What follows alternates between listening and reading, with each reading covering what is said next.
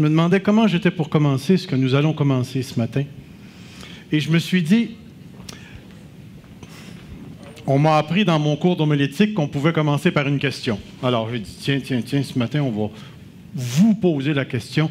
Si vous aviez à définir ce qu'est la vie chrétienne, comment la définiriez-vous? C'est quoi la vie chrétienne? Et, attendez avant de répondre, s'il vous plaît. Soyez prudents. Et moi, là, si on me demanderait à moi, Serge, comment tu définis la vie chrétienne?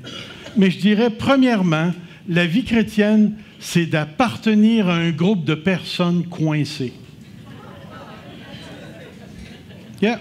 Ce serait, c'est peut-être, on appelle ça vulgariser les grands concepts de la théologie, mais il faut se le dire, il faut vraiment se le dire.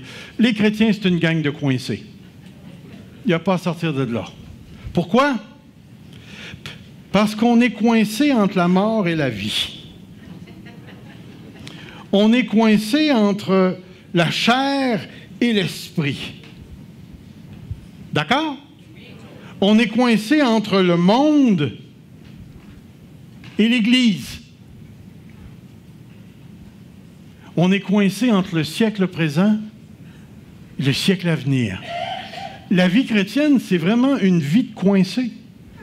C'est vraiment ça, si tu t'arrêtes pour y réfléchir. Je suis pris actuellement par ma relation avec Dieu dans une situation qui ne peut pas être autre chose qu'une situation de conflit. C'est impossible. Je suis dans un corps de mort et j'ai à l'intérieur de moi la vie éternelle. Imaginez-vous la sorte de combinaison que je suis. Je suis un mort vivant. On a un nom spécial à la TV pour ces genres de personnes-là, hein? Les vampires spirituels, ouais? Quand tu t'arrêtes pour y réfléchir, après plusieurs années de vie chrétienne, tu commences à saisir des choses, du moins tu espères avoir saisi quelque chose. Et c'est là que tu réalises de plus en plus que toute la vie chrétienne se déroule dans un contexte qui n'est absolument pas normal. C'est pas normal le contexte dans lequel on se trouve présentement. Et lorsque tu t'arrêtes encore une fois pour regarder la réalité de la vie chrétienne et que tu regardes l'Église, tu peux te retrouver en conflit, tu peux te retrouver complètement déçu de ce que tu vas voir, parce que le croyant, il a la pensée de Christ, mais il est encore rempli de folie. Veux-tu dire quelle sorte de mélange que ça fait? Un fou qui pense à Christ. Puis tu regardes ça, puis tu regardes juste au niveau de ceux qui nous dirigent. Oups. Un pense ça, l'autre pense ça, l'autre pense ça. Lui ne peut pas sentir parce qu'il y a telle doctrine, l'autre ne peut pas. Puis là, tu te dis en toi-même, ça ne peut pas être ça, la vie chrétienne. Pourtant, c'est ça. C'est ça. Est-ce qu'il faut que je rentre dans le mariage? On a la conviction que Dieu veut qu'on se marie. Dieu approuve notre relation. Eh, mon ami! Et là, tu rentres dans les tréfonds du mariage et là, tu réalises que si Dieu est dans ça, vous faites dur en tabarouette. C'est là que tu commences à réaliser, c'est impossible, frères et sœurs. C'est impossible de se retrouver dans une situation où on est déjà dans le ciel tant et aussi longtemps qu'on sera ici. Ici, on est coincé entre le ciel et la terre et on ne peut pas l'éviter. Et le fruit de cette situation, c'est que nous allons vivre à la fois le conflit intérieur, parce qu'intérieurement, une grande partie de notre être a encore besoin de sanctification, de vivre ce qu'on pourrait appeler la régénération finale, où on abandonnera ce corps de mort avec tout ce qu'il implique pour entrer dans un corps de résurrection, où nous abandonnerons cette société en rébellion contre Dieu pour se retrouver parmi une Église de Dieu parfaite, sans tache, sans blâme. Et un jour, nous ne connaîtrons plus tous les problèmes qu'on retrouve aujourd'hui. Mais pour l'instant, c'est là que nous sommes. Et c'est la réalité de tous les chrétiens. De tous les chrétiens, sans exception. Et j'irais même, si je pouvais mettre la cerise sur le Sunday, je dirais que la vie chrétienne, c'est d'être coincé entre la souffrance et la bénédiction. D'un côté, je suis une personne extrêmement bénie. Et de l'autre côté, je suis obligé de participer à la détérioration de tout ce que j'aime, ici-bas sur cette terre. Alors, dans cette situation-là, je ne sais pas si on a parti, vous voyez en arrière, ce autour de quoi nous allons parler ce matin. Nous allons parler de la sagesse. Mais mon but, ce n'est pas la sagesse. C'est une action tout à fait précise que nous allons voir au fur et à mesure que nous allons aller. Est-ce que ça fonctionne? Oui, ça fonctionne très bien. OK. J'ai regardé dans le dictionnaire ce qu'on peut retrouver en ce qui concerne la sagesse. La sagesse, la sapienza, qui vient du latin, elle est relative à l'intelligence. Pourquoi? Parce que dans la plupart des définitions, nous avons ce que nous appelons la définition grecque, la pensée grecque de la sagesse. C'est l'intelligence relative au jugement, au bon sens, à la prudence, au savoir, à la science et à la philosophie.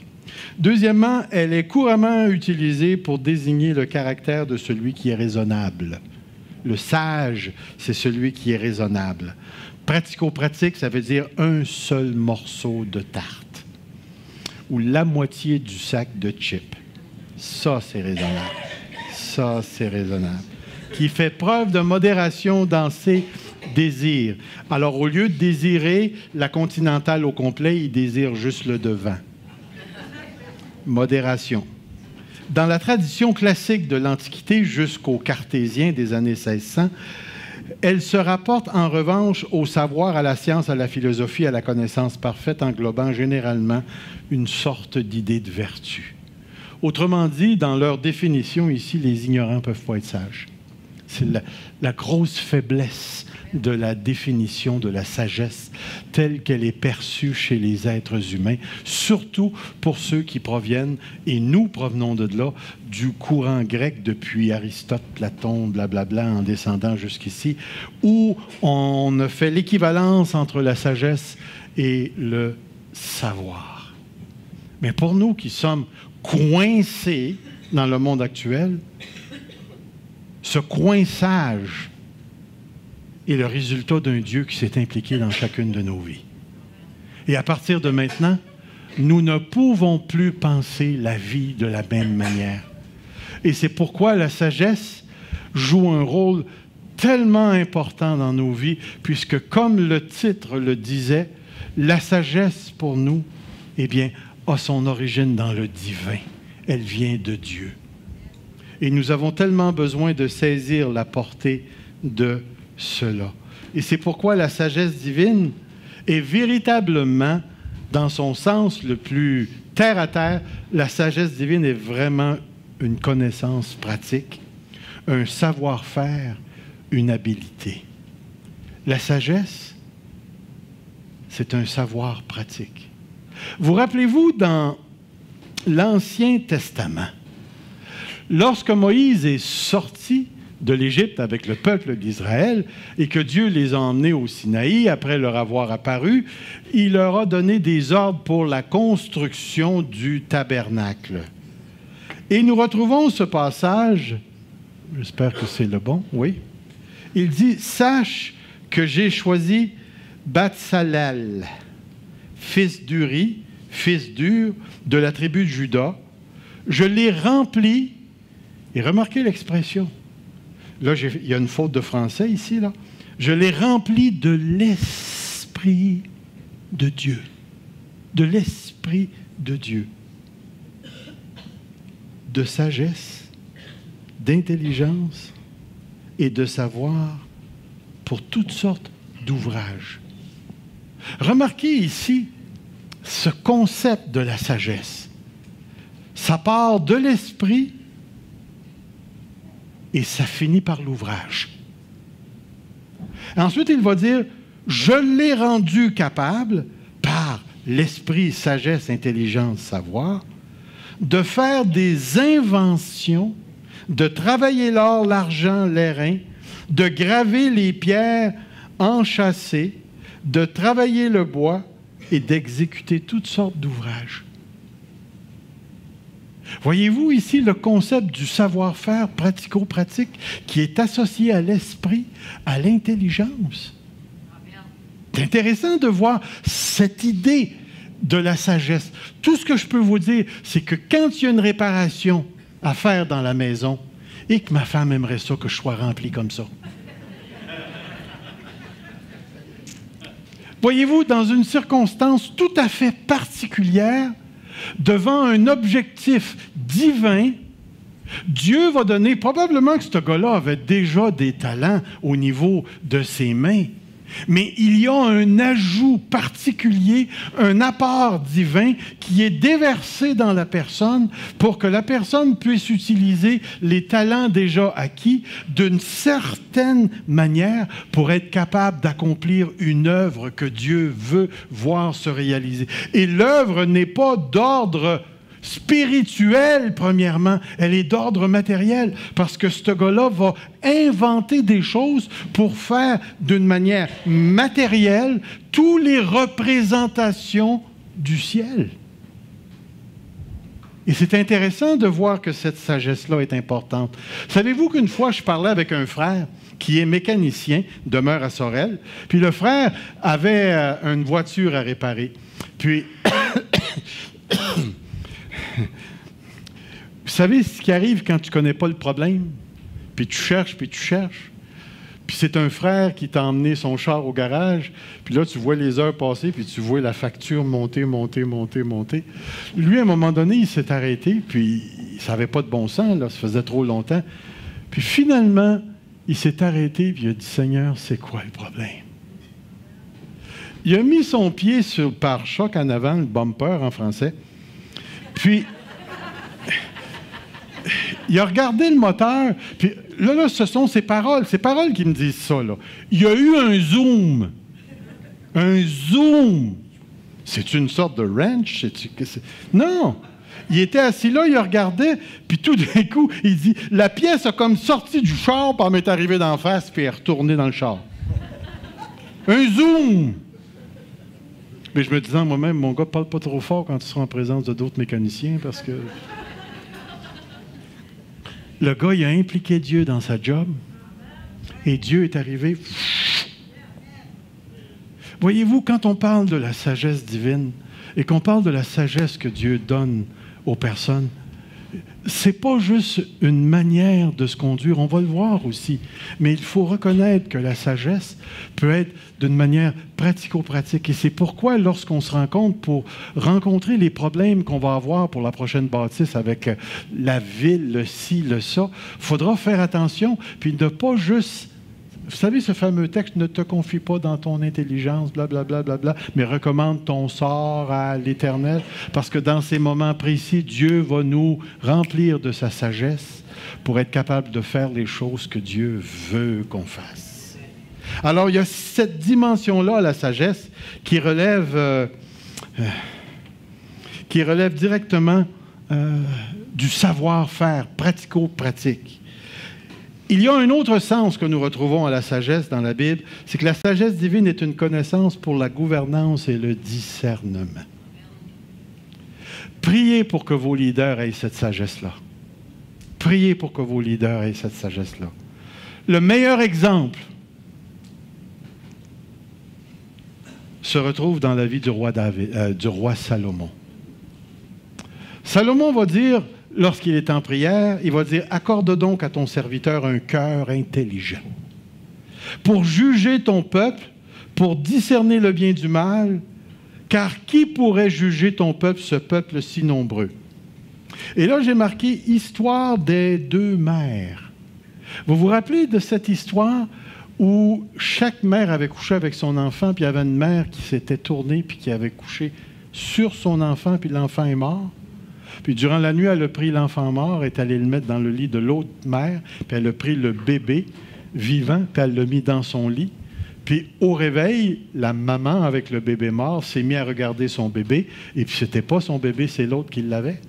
Et puis, ça a été tellement sérieux, cette situation-là, que ça a été emmené devant Salomon. Et vous vous rappelez, l'un dit ci, l'autre dit ça, Salomon, il dit, donnez-moi une épée. Et qu'on tranche l'enfant en deux, et donnez-en la moitié à l'autre. Vous vous rappelez? Et vous vous rappelez la réponse de la fausse mère? Oui, oui, il ne sera pas à l'un ni à l'autre, coupez-le. Puis la véritable mère, qui a exprimé ses émotions et ses sentiments, s'il vous plaît, ne faites rien à l'enfant, laissez-lui. Et Salomon a dit, l'enfant appartient à cette femme-là. Et c'est marqué, tout de suite après, tout Israël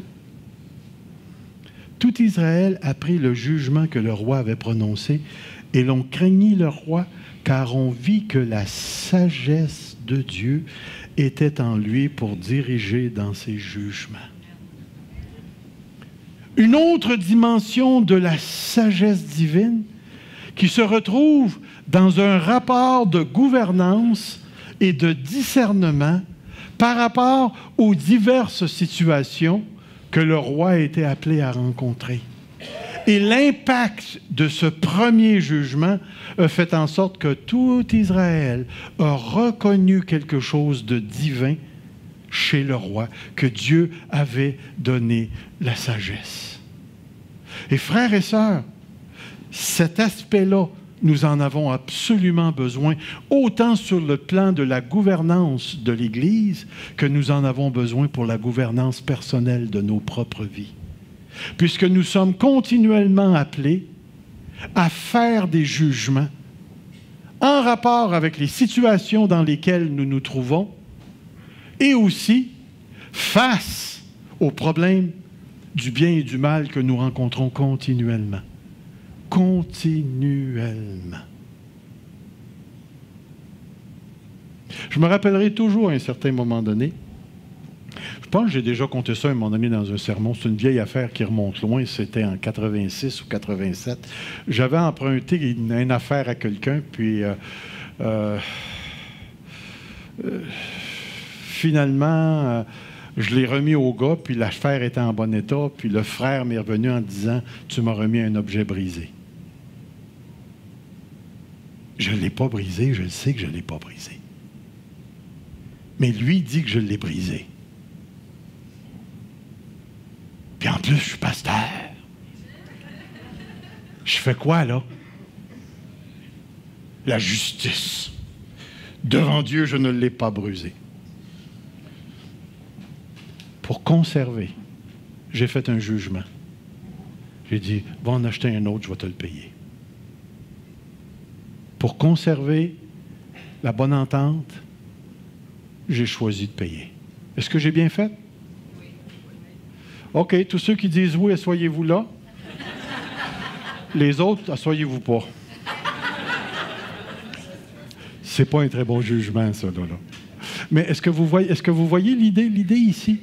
L'idée, c'est que nous sommes continuellement appelés à exercer un discernement, et ce discernement-là demande de notre part que nous soyons induits de cette sagesse divine qui nous permet de faire non seulement la différence entre le bien et le mal, mais qui nous permet de faire la différence entre le bon et le meilleur. Et nous avons tellement, mais tellement besoin de cette réalité. Troisième chose, c'est la sagesse divine aussi est une connaissance d'ordre moral.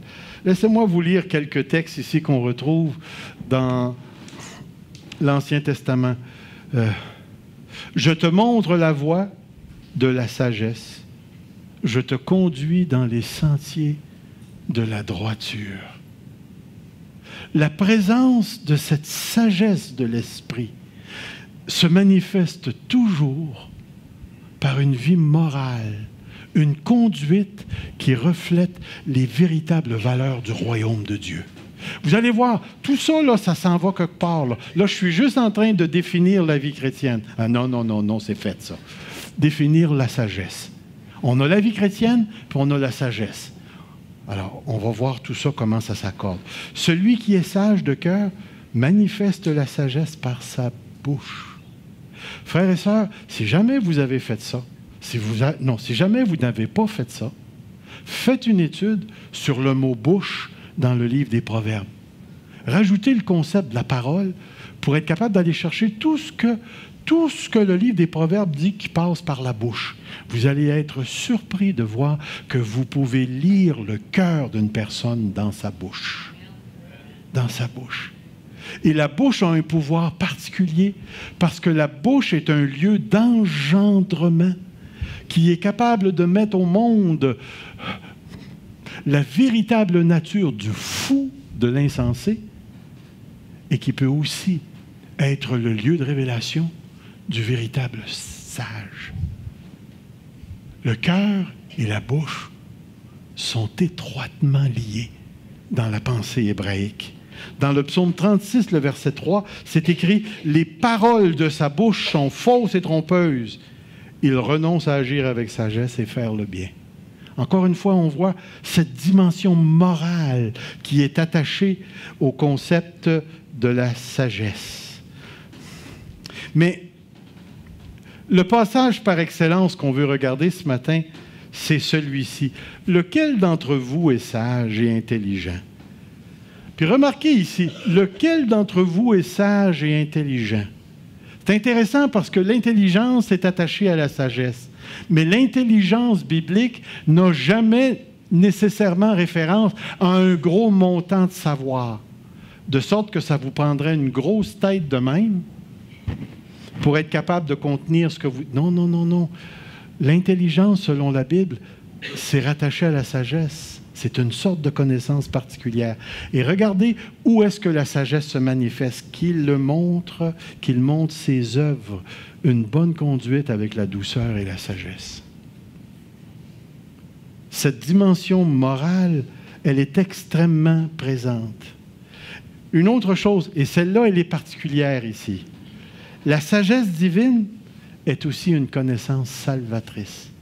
Ce qui est intéressant, c'est que lorsque tu vas chez Jacques ou tu vas dans l'Ancien Testament, la sagesse a rapport au savoir-faire, savoir gouverner, savoir juger, rapport à la connaissance morale, mais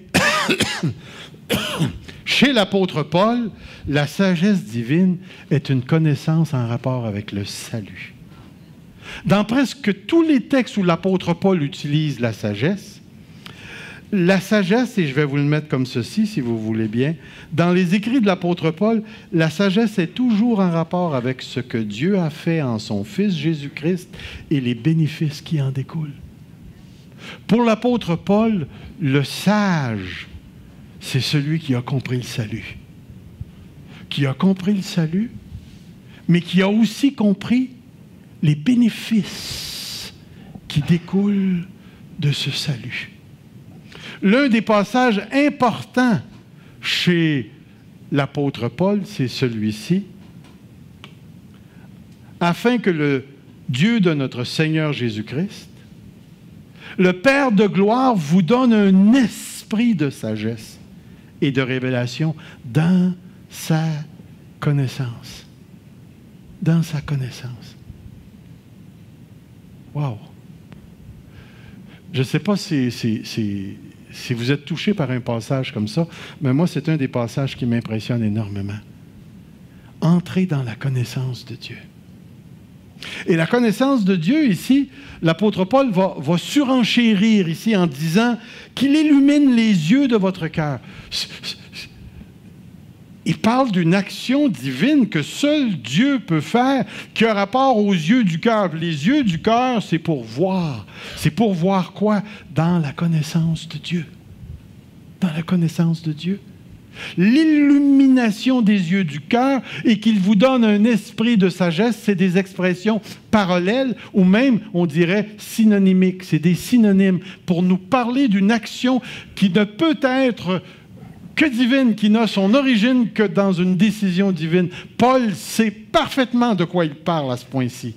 Il y a quelque chose que Dieu peut faire pour toi, pour moi, pour nous, pour l'Église de Dieu, qui relève d'une action d'éclairage qui nous vient que par l'Esprit de Dieu. Il dit, pour que vous sachiez. Et je trouve ça intéressant ici. Parce que l'apôtre Paul n'utilise pas pour que vous ressentiez. Et il parle bien d'une expérience ici, mais qui ne relève pas du ressentir. Est-ce qu'il y a des expériences où tu ressens des choses? Eh, mon ami, quand Dieu se met à nous faire vibrer, on a de l'air de cordes de guitare qui n'arrêtent plus de branler. Et ces expériences-là sont tellement bonnes. Savez-vous pourquoi? Et remarquez bien le mot que je vais utiliser parce qu'elles sont fondamentales, elles sont nécessaires pour nos vies. Nous avons besoin des expériences qui relèvent du ressentir parce que ces expériences-là sont d'ordre affectif. Affective. Moi, j'ai vécu une expérience de Dieu en 1986 où Dieu s'est montré d'une manière tout à fait particulière dans une vision. Et j'ai été inondé d'un amour. C'est inexplicable. Inexplicable. Et il y a des fois, il y a des gens qui rentrent dans mon bureau et puis ils m'expliquent leur souffrance, leur douleur. Et je me dis à moi-même, Seigneur, si seulement tu leur donnais ce que tu m'as donné en 86, cette expérience-là. Après cette expérience-là, ça ne m'a pas empêché de souffrir par la suite. Mais je n'ai plus jamais été capable de douter que j'étais aimé. Et je vais vous dire, cette idée de se sentir aimé, c'est beaucoup plus que juste un feeling. C'est pour ça que j'ai marqué « relève de l'affectivité ». Parce que l'affectivité, l'affection, c'est beaucoup plus grand que juste une émotion. L'affectivité, ça nous fait vivre. On a tellement un beau mot en philosophie que personne ne comprend. C'est le mot ontologique. Ça vient du grec ontos qui veut dire de l'être, celui qui est aimé. Comprenez ma phrase, probablement vous ne la comprendrez pas, anyway. Celui qui est aimé est, existe. Celui qui est aimé est. Et c'est pourquoi ici, lorsqu'il parle, il ne parle pas au niveau de cette affectivité. Il va dire pour que vous sachiez. Et le savoir que Dieu donne n'est jamais un simple savoir intellectuel. Il passe toujours par une expérience qui, oui, touche la compréhension, mais qui définit aussi la personne dans son identité, dans son être très, très profond, qu'il vous donne afin que vous sachiez quelle est l'espérance qui s'attache à son appel. Il va mentionner 3 choses. L'espérance qui s'attache à son affaire, à son appel. Si seulement on pouvait saisir l'amplitude, la profondeur, l'étendue de l'espérance, on n'aurait plus besoin de Lincoln. Justement, hier, je suis allé visiter le prisonnier que je visite depuis 4 ans, Percy Desforges. Et je parlais avec Percy, puis je lui disais, si seulement nous pouvions vivre cette expérience de Dieu qui nous rapprocherait tellement de lui qui, en même temps, nous éloignerait de la terre, ferait en sorte que, tout en étant sur la terre, les choses de ce monde pâliraient. Et on serait rempli de la conscience, de la compréhension, de cette espérance qui nous habite. Frères et sœurs, cette espérance, c'est une des clés contre la culpabilité. Je n'ai pas le temps d'entrer dans cette dimension-là, qui s'attache à ton appel. Quelle est la richesse de la gloire de son héritage? On a déjà parlé de ce texte-là. Ici, ce n'est pas l'héritage des chrétiens, c'est l'héritage de Dieu, de son héritage à lui. Et savez-vous, c'est quoi l'héritage de Dieu? C'est nous. C'est nous. Et ici, il dit, quelle est la richesse de la gloire? Mon ami, quand je regarde l'Église, je me dis, il s'est trompé. Dieu ne regarde pas comme nous. Dieu ne regarde pas comme nous. La richesse qui se trouve dans cette Église présentement est une richesse que Dieu considère tellement importante qu'il l'a fait sienne. Nous faisons partie de ce que Dieu va hériter.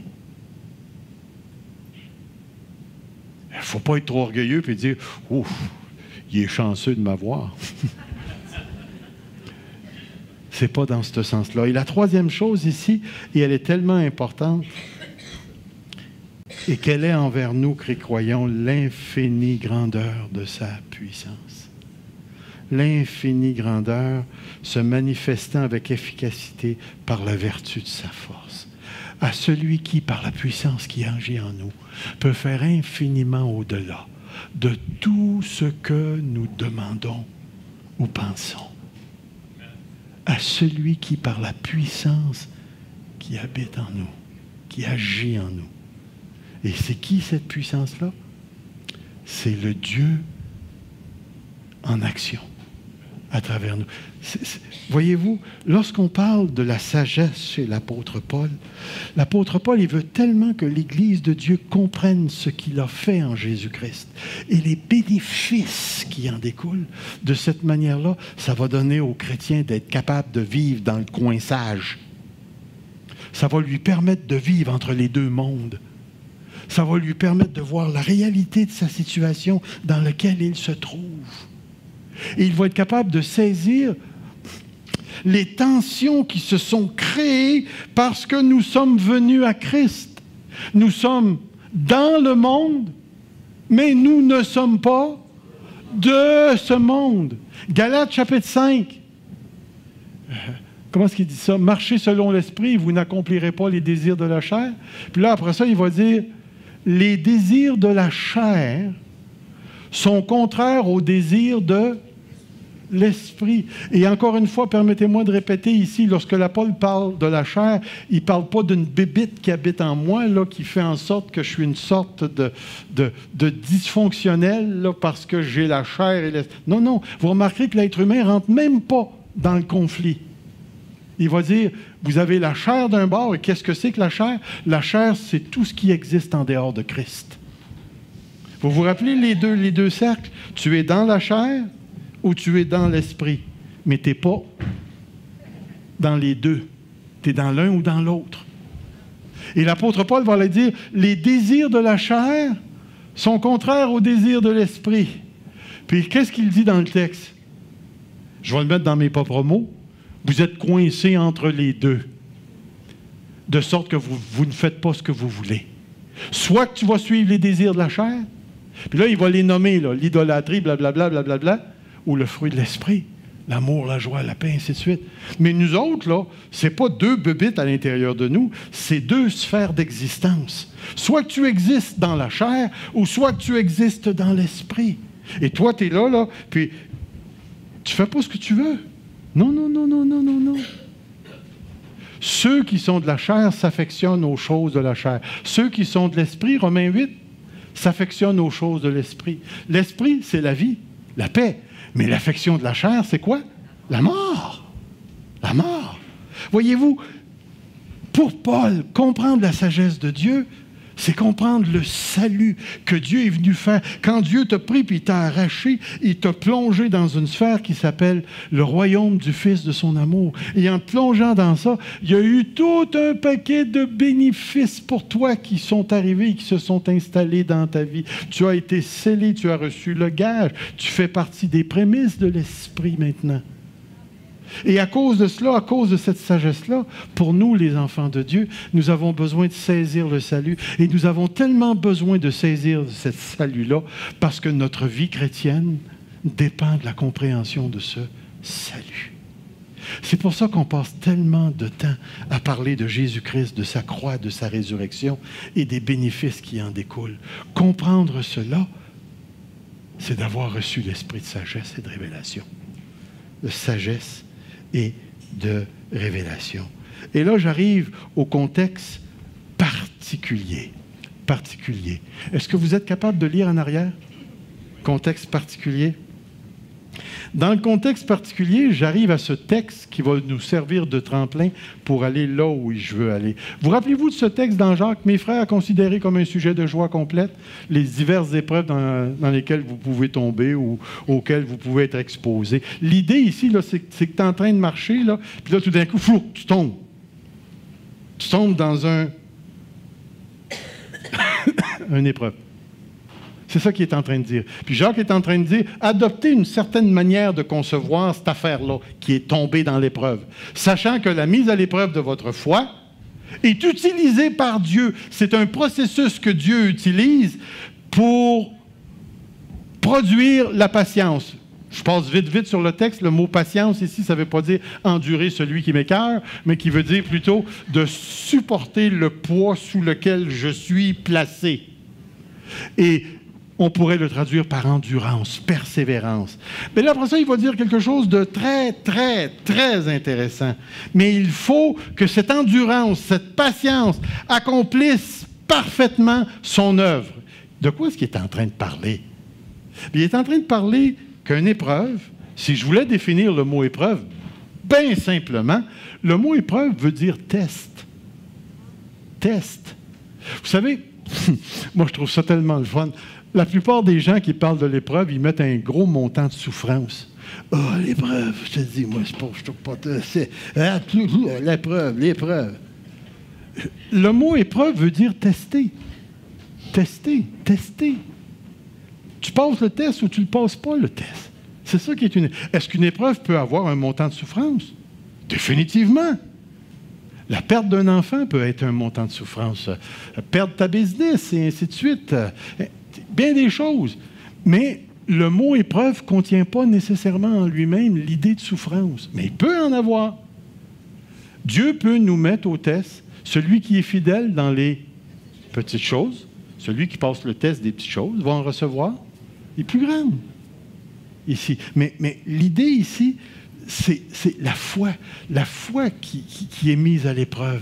Et il faut que ce processus-là, qui est nécessaire, puisse complètement réaliser son but. Pourquoi? Il va dire, verset 4, « Mais il faut que la patience accomplisse une œuvre parfaite, ou parfaitement son œuvre, afin que vous soyez parfaits. » Puis le mot « parfait » ici ne veut pas dire « sans péché ». Le mot veut dire « ayant atteint le but ». On aurait pu traduire le mot « parfait » par « mature »,« mûr ». Vous savez ce que c'est que la maturité? Vous en rappelez-vous? En passant, est-ce qu'une banane peut être mature? Hein? À quel moment est-ce qu'une banane est mature? Quand on peut la manger. Elle a atteint son plein développement. C'est pour ça que la maturité, c'est cette capacité de jouer le rôle pour lequel Dieu nous a destinés. Est-ce qu'un enfant de 3 ans est mature? Attendez. Vous avez besoin d'un contexte. Quels sont les critères qui définissent qu'un enfant de 3 ans a atteint les objectifs appropriés pour un âge de 3 ans? Alors, tu regardes les critères, puis tu regardes ton petit, puis tu dis « Wow, j'ai un petit mature. » Pourquoi? Il rencontre les critères. Il a atteint son but. Mais parce qu'il a atteint son but, vas-tu lui donner les clés de ton char? Oh, il y a d'autres critères pour arriver là, hein? En passant, parents, si vous ne le savez pas, venez me voir après, je vais vous en montrer quelques critères. On ne donne pas les clés à un enfant de 3 ans ou 10 ans ou quoi que ce soit. Est-ce que vous voyez l'idée ici? C'est tellement important à saisir. Dans la vie spirituelle, Dieu nous a destinés à quelque chose. Dieu nous a destinés à un rôle et il nous amène à jouer ce rôle-là. Mais il faut que le processus accomplisse parfaitement cette œuvre-là. Et c'est pourquoi, à un certain moment donné, on peut se retrouver dans des situations particulières dans nos vies spirituelles où, comme j'ai dit ici, où il y a un processus de maturation inévitable au niveau du test de la foi. Et c'est pour ça ici que j'arrive à ce texte. Ça, c'est vraiment le hic, comme on dit, de ce que je veux montrer ce matin, ici. Le hic se trouve ici. Vous n'avez qu'à suivre les flèches. Il va dire, l'épreuve de la foi, oui, laisse-la accomplir parfaitement son œuvre afin qu'il ne te manque rien, que tu sois mature, que tu sois une personne totalement intègre, qu'il ne te manque aucun morceau dans ta vie spirituelle. Puis là, après ça, au verset 5, il va suivre en disant, si dans le processus, quelqu'un d'entre vous Manque de sagesse. De sagesse. Qu'est-ce que Jacques veut dire par la sagesse? Avec tout ce qu'on a vu. Qu'est-ce que Jacques... Est-ce que Jacques fait référence à la connaissance pratico-pratique? C'est-à-dire comment poser un morceau de gyproc sans vous beurrer les mains? Ou bien est-ce qu'il parle de jugement? Ou est-ce qu'il parle de gouvernance? De quoi est-ce que Jacques parle ici? Si quelqu'un d'entre vous manque de sagesse, Jacques fait référence à la conduite ici, à la conduite. Savez-vous que l'épreuve, une des caractéristiques de l'épreuve, c'est de nous déboussoler? Bien souvent, l'épreuve a pour but de nous plonger dans la confusion. Et dépendamment de la nature et de l'intensité de l'épreuve, on peut vivre des moyennes crises personnelles, comme en Église,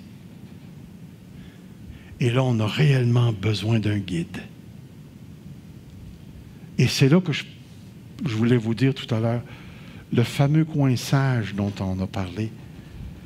Quelquefois, on va tellement être envahi par le monde, par les difficultés, par les problèmes, que ce soit des problèmes de couple ou de travail, que ce soit des problèmes financiers, des problèmes d'ordre sexuel, des problèmes d'ordre de fréquentation avec les enfants, et ainsi de suite. On va tellement être envahi par toutes sortes de types de problèmes qui deviennent des épreuves de la foi, qui sont utilisées par Dieu pour nous emmener à cette maturité nécessaire pour être capable d'être totalement intégrés dans le plan de Dieu. Et il peut arriver à certains moments donnés qu'on manque de sagesse. Qu'on manque de sagesse. Et c'est tellement important pour nous de saisir cette réalité-là. Savez-vous toujours quoi faire? Savez-vous toujours quoi faire quand ça va mal? Non? Merci, Gilles. On voit que tu es un vieux pasteur. Yeah.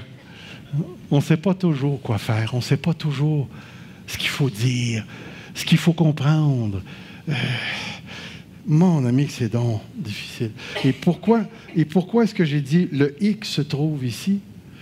Parce que le moment où tu vas te retrouver au cœur d'une situation où la confusion est prédominante et tu ne sais pas réellement quoi faire, regarde, je vais mettre ça devant toi. Je vais dire, l'épreuve, le test, la souffrance peut nous plonger non seulement dans la confusion, mais dans la possibilité du mal. Regardez le texte qui est écrit. Garde-toi de te livrer au mal. OK. Ouais, c'est vrai, moi je l'avais enlevé ici. Excuse, Cyril. Je pensais faire participer Evelyne, mais elle vient de passer le test, là. L'épreuve, le test, la souffrance, et ainsi de suite, peut nous plonger non seulement dans la confusion, mais dans la possibilité du mal. Garde-toi de te livrer au mal, car la souffrance t'y dispose. Moi, j'aime toujours, je dis j'aime toujours, je ne devrais pas l'aimer, là. Je m'excuse. Quand on jouait au hockey salon puis qu'on jouait dans la rue, vous savez, le hockey salon, c'est un bout de bois, pas de palette, puis tu joues dans la rue, c'est plein de craques. Puis c'était fait une rondelle en plastique, puis là, à un moment donné, le bâton a stické dans une craque, puis il m'a rentré dans le ventre. Puis mon frère Alain s'est mis à rire de moi. Puis je ne sais pas pourquoi, il y avait un marteau juste à terre. J'ai ramassé le marteau, puis Alain, il l'a vu. Il a passé, il a commencé à monter les marches, puis j'ai tiré le marteau, ça lui a passé à côté de la tête, et ça a sorti directement dans la fenêtre au pied de ma mère. Non seulement ça a fait mal une fois, mais ça a fait mal 2 fois. Mais est-ce que vous voyez l'idée? C'est que devant... C'est complètement stupide, là. J'ai eu une souffrance, et la première chose que j'ai faite, c'est que j'ai choisi le mal.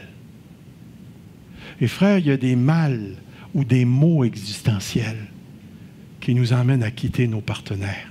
de vie. Nos conjoints, nos conjointes, nos épouses. Il y a des souffrances qui nous emmènent à ne plus vouloir être chrétiens. Il y a des souffrances qui nous emmènent à même vouloir faire notre propre tête, abandonner. Il y a même des souffrances qui peuvent nous emmener jusqu'au suicide. Et dans ces moments-là, on ne pourra jamais se libérer du choix qu'on va faire. Et Job, ou Élihu ici dans le contexte, dit à Job, qui avait commencé à critiquer Dieu sur sa situation, il lui dit, garde-toi, Job. Sois le gardien de toi-même. Garde-toi de te livrer au mal, car la souffrance t'y dispose. La souffrance t'y dispose. La deuxième, c'est celle-ci. L'épreuve, le test, peut nous plonger dans une fausse représentation de la réalité.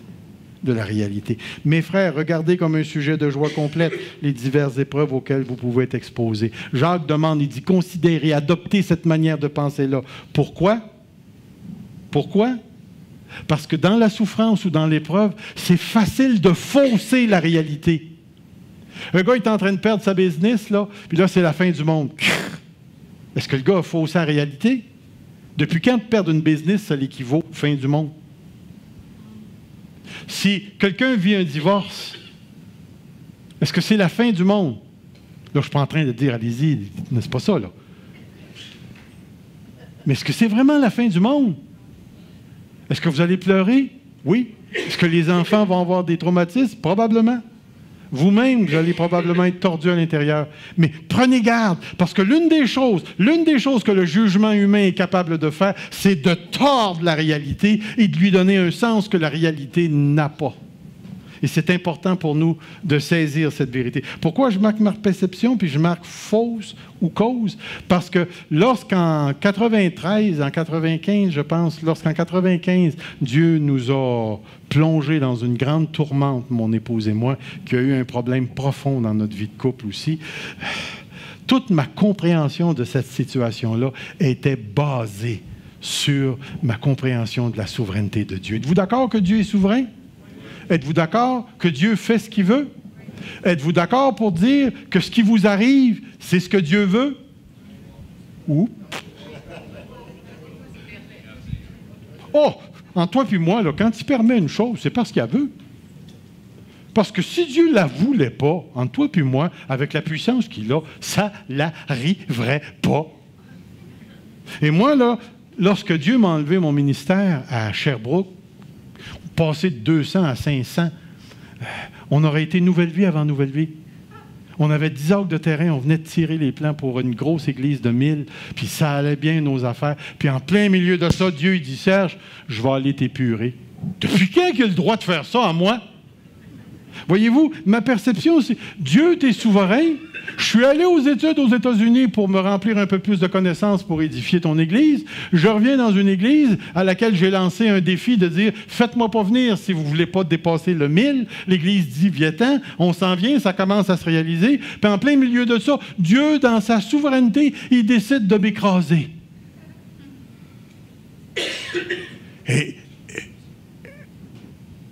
Et savez-vous ce que j'ai dit à Dieu? Tu as profité de mes 20 meilleures années de vie chrétienne et de pastorat, et là, tu me fourres aux poubelles comme ça? Est-ce que je viens de tordre la réalité? Est-ce que je viens de tordre la réalité ou c'est la réalité? Que Dieu fout ses serviteurs aux poubelles.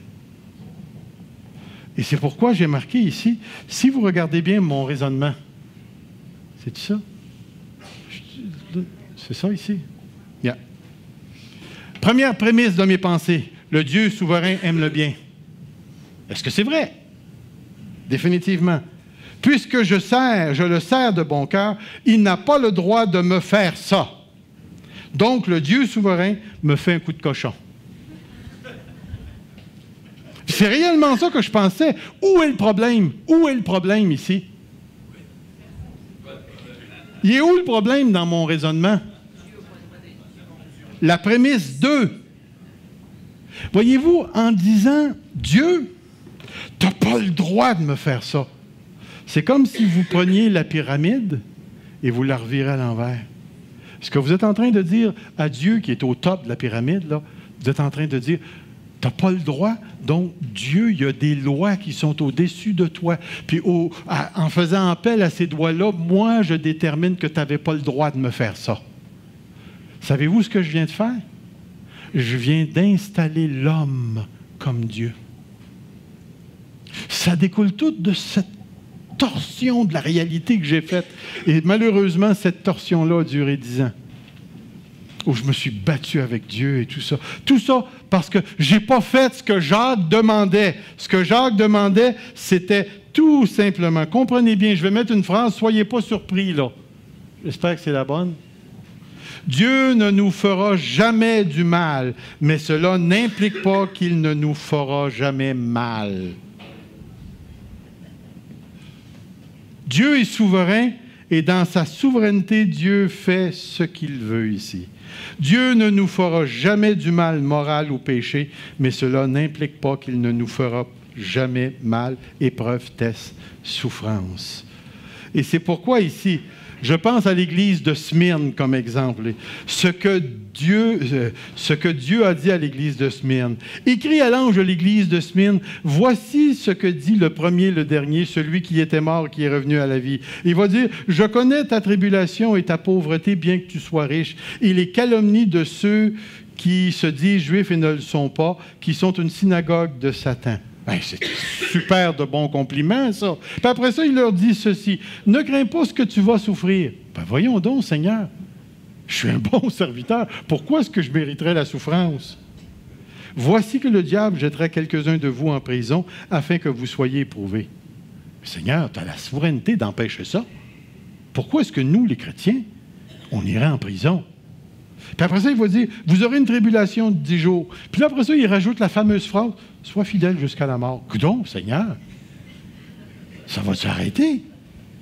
Voyez-vous l'idée ici? Le danger pour nous dans la souffrance, c'est de confondre, de tordre la réalité. Dieu fait ce qu'il veut. Et là, il faut que j'avance parce qu'il faut que j'arrête. J'arrive ici. Dieu ne peut pas faire le mal. Dieu est toujours à l'œuvre derrière la scène de mon existence. Dieu mène tout à bonne fin pour moi. C'est là-dessus que j'aurais dû fonder mon raisonnement. C'est la parole de Dieu qui aurait dû guider mon raisonnement ici. Alors, c'est pourquoi je dis ceci ensuite. Si tu tombes dans la confusion ou la souffrance, s'il vous plaît, sors-en pas. Reste dedans. Reste dedans. Ici. Reste dedans. Tire pas de conclusion trop vite. Passe pas de jugement ni sur toi ni sur la situation. Ne te fais pas des scénarios. Plutôt fais ce que Dieu demande. Si quelqu'un d'entre vous manque de sagesse, qu'il la demande. La première chose à faire, c'est demande la sagesse. Et sais-tu ce qu'il dit après? Une phrase totalement, je vous dirais, c'est quasiment nounoun. Et elle lui sera donnée. Mais la phrase n'est pas nounoun. Savez-vous pourquoi? Parce que le Tout-Puissant est engagé dans cette phrase.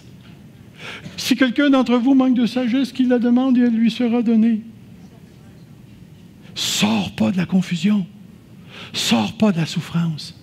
Attends ton Dieu. Et c'est pourquoi la sagesse dans tout ça. Et c'est en plein ça qu'on a ici. Qu'il la demande. L'accent, il est là. Demande la sagesse. Demande l'art de vivre pour Dieu dans ta situation. Demande-lui, Seigneur, sors-moi de la souffrance. Non. Demande-lui, Seigneur, comment est-ce que je peux vivre pour toi dans cette situation-là? Parce que Dieu a déjà préparé le moyen d'en sortir. Le croyez-vous? Le croyez-vous? Lorsque tu tombes dans l'épreuve, dans la souffrance, le but, ce n'est pas d'en sortir. Tu as besoin de ce processus-là pour ta foi. Mais pars pas en fou. Commence pas à t'imaginer pas quelque chose. Reste dans ta souffrance. Attends ton Dieu. Pleure s'il le faut. Mais attends ton Dieu. Passe pas de jugement. Donne pas libre cours à la colère. Demande la sagesse. Demande la sagesse. Demande comment vivre pour Dieu dans cette situation-là. Et cette sagesse te sera donnée. Courbons-nous devant Dieu. Seigneur notre Dieu, nous voici là où nous sommes ce matin. Notre Église va bien dans son ensemble. Mais la vie des enfants de Dieu, personnelle, peut passer à travers le feu des épreuves. Père, accorde-nous la grâce de ne pas tordre la réalité, mais de rester dans la compréhension de cette sagesse, dans l'attente de cette sagesse. Parce que tout ce que tu donnes produit son fruit de bien-être. Tout ce que tu donnes produit son fruit de bien-être. C'est écrit parce que tout don parfait vient du Père des Lumières, chez lequel il n'y a ni variation. Père éternel, utilise ce dimanche matin pour parler à nos cœurs et ne pas tomber dans la colère, dans la vengeance, dans les faux raisonnements, dans la torsion de la réalité, mais que nous puissions rester au sein de notre confusion avec cette foi ferme que tu donnes la sagesse à celui et à celle qui la demande. C'est pourquoi ce matin, remplis-nous de la sagesse de l'Esprit. Au nom précieux de Jésus-Christ. Amen. Que Dieu vous bénisse tous ce matin.